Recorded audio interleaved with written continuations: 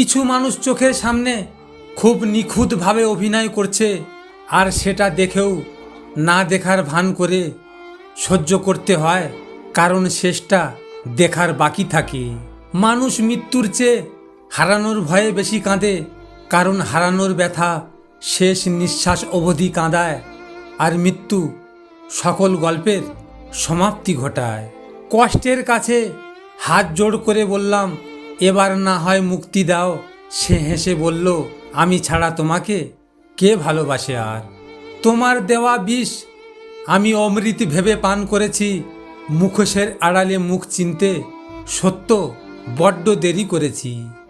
আমি জোর করে হলেও তোমার আপন হয়ে থাকতে চেয়েছিলাম, কিন্তু ভুলেই গিয়েছিলাম জোর করে সব করা যায়, কারো আপন হওয়া যায় না, কারো ভালোবাসার মানুষ হওয়া যায় না। জীবনে যদি কারো উপকার করেন তবে সেটা চিরদিনের জন্য ভুলে যান, যদি কখনো কারো উপকার পান তবে সেটা সারা জীবন মনে রাখবেন। প্রিয় ঠিকানা যাদের হাত ছাড়া হয়ে গেছে তারাই জানে দুঃখ পেতে কেমন লাগে। মিথ্যা বলে যে আজ সুখ পায়, একদিন সত্যি বলতে গিয়ে সে কাঁদবে।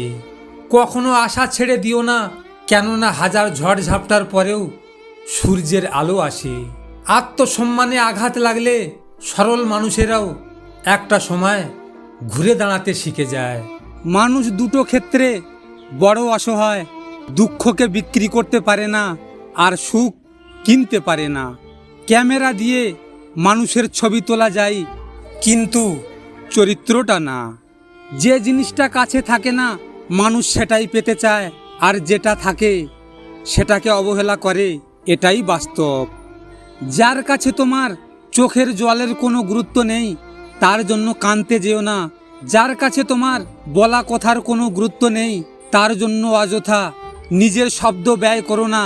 যার কাছে তোমার সময়ের কোনো গুরুত্ব নেই তার জন্য কখনোই নিজের মূল্যবান সময় নষ্ট করো না।